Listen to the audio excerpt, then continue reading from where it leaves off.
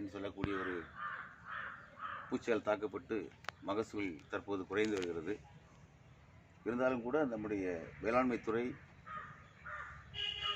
அதுக்கப்புறமாக கேவிகே மற்றும் தமிழ்நாடு வேளாண்மை பல்கலைக்கழகம் மூலமாக பல்வேறு நடவடிக்கைகளை மேற்கொண்டு இந்த சுருள் வெள்ளையானது தற்போது ஓரளவு கட்டுப்பாட்டுக்குள் கொண்டுவரப்பட்டுள்ளது. இருப்பினும் அந்த தாக்குதல் பரவலாக அங்கங்கே காணப்படுகிறது. அதனை கட்டுப்படுத்தவும் தற்போது நடவடிக்கை மேற்கொள்ளப்பட்டு வருகிறது. தமிழக அரசின் சார்பாக சுமார் 250 ஹெக்டேர் பரப்பளவில் இந்த நோயை கட்டுப்படுத்துவதற்காக மானிய திட்டங்கள் செயல்படுத்தப்பட்டு வருகிறது. குறிப்பாக விவசாயிகள் நீங்கள் பார்த்தீங்கன்னா, இந்த சுருள் வெள்ளையை கட்டுப்படுத்துறது நம்ம மருந்து அடித்தா கட்டுப்படுத்தலாம் அப்படின்னு நம்ம நினைக்கக்கூடாது. காரணம், மருந்து அளவுக்கு அதிகமாக நம்ம யூஸ் பண்ணும்போது இந்த சுருள் வெள்ளையை இயற்கையாகவே தாக்கக்கூடிய என்கார்ஷியா அப்படின்னு சொல்லக்கூடிய ஒரு பூச்சி இருக்குது. இந்த பூச்சி இயற்கையாகவே இந்த சுருள் வெள்ளையை சாப்பிட்டு உயிர் வாழக்கூடிய ஒரு இயற்கை எதிரி.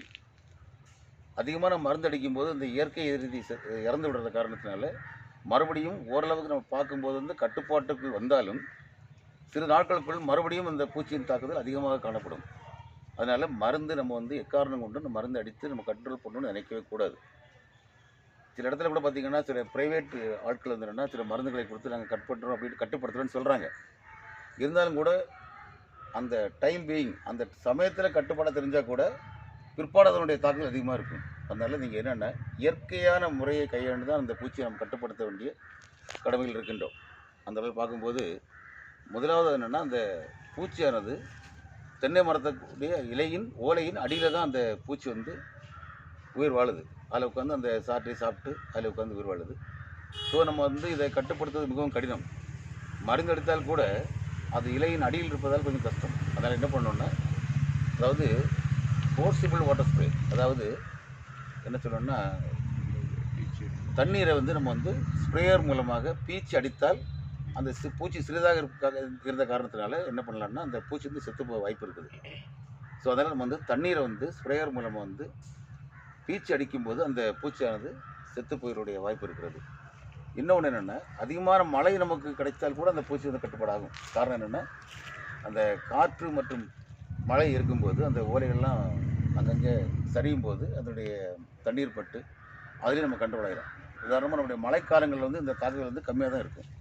வெயில் காலத்தில் அந்த பூச்சியின் தாக்குதல் அதிகமாக காணப்படும். இதை கட்டுப்படுத்துறதுக்கு அந்த மஞ்சள் ஒட்டுப்பொறி, அது நீங்கள் எங்கள் கூட பார்க்கலாம். பார்த்திங்கன்னா மஞ்சள் ஒட்டுப்பொறி, இது வேறு ஒன்றும் இல்லை. ஒட்டுப்பொறின்னு சொல்லும்போது நம்ம இந்த எலிபிடிக்கக்கூடிய பொரியெல்லாம் கிடையாது. ஜஸ்ட் ஒரு ஷீட், ஒரு மஞ்சள் நிறத்தில் உள்ள ஒரு அட்டை. ஏன் மஞ்சள் சொல்கிறோன்னா, இந்த பூச்சி மஞ்சளை கவரக்கூடியது. அதனால தான் என்னென்னா, அந்த மஞ்சள் அது பிடித்தமான ஒரு கலர்னு வச்சுக்கோங்களேன். அதனால் இந்த மஞ்சள் ஒட்டுப்பொறி நம்ம இது மாதிரி கட்டிட்டு அதில் கிரீஸை தடவி விட்டுறணும். இல்லைன்னா விளக்கெண்ணெய்னு சொல்கிறோம்ல, அது தொடர்ந்தாலும் போதும். கிரீஸ் கருப்பான கிரீஸ் அடைஞ்சிங்கன்னா அந்த பூச்சி வர வாய்ப்பு இல்லை. ஏன்னா அதுக்கு பிடித்தமான ஒரு கலர்னு சொல்லும்போது அந்த மஞ்சள்.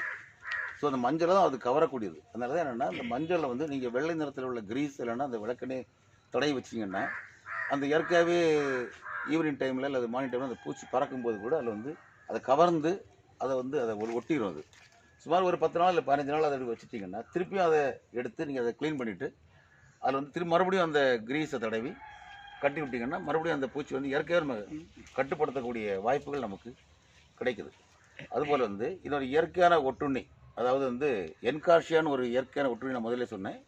அந்த ஒட்டுண்ணி மூலமாக நீங்கள் கட்டுப்படுத்தலாம். எப்படின்னா, நீங்கள் தோட்டத்தை இயற்கையாகவே அந்த பூச்சி நீங்கள் பார்க்கலாம். அதை நீங்கள் கலெக்ட் பண்ணி அதை கூட சிறு சிறு அந்த ஓலையிலே கலெக்ட் பண்ணி அதை பீஸ் துண்டாக வெட்டி அதையும் நீங்கள் கட்டி விட்டிங்கன்னா அந்த பூச்சி அந்த நம்ம வெள்ளை சுருளியை சாப்பிட்டு கட்டுப்படுத்தக்கூடிய வாய்ப்புகள் நமக்கு இருக்குது. பிற்பாடு நீங்கள் பார்த்தீங்கன்னா, நம்முடைய என்கார்ஷியான்னு சொல்லக்கூடிய ஒரு ஒட்டுண்ணி இருக்குது. கிரைசோபெர்லான்னு சொல்லக்கூடிய ஒரு ஒட்டுண்ணி இருக்குது.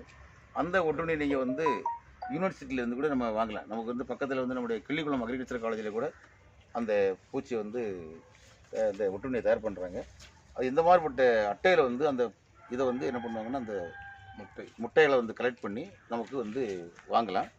இது ஒரு 2.5 ஏக்கருக்கு இது 1000 முட்டைகள் நம்ம கட்டணும். இப்படி பீஸாக கட் பண்ணி அங்கங்கே கட்டி விட்டிங்கன்னா கூட இதில் உள்ள அந்த இது நம்ம கிரைசோபெர்லா உள்ள முட்டையிலிருந்து அந்த கிரைசோபெர்லான்னு சொல்லக்கூடிய அந்த ஒட்டுண்ணி பூச்சியாக வெளியே வருது.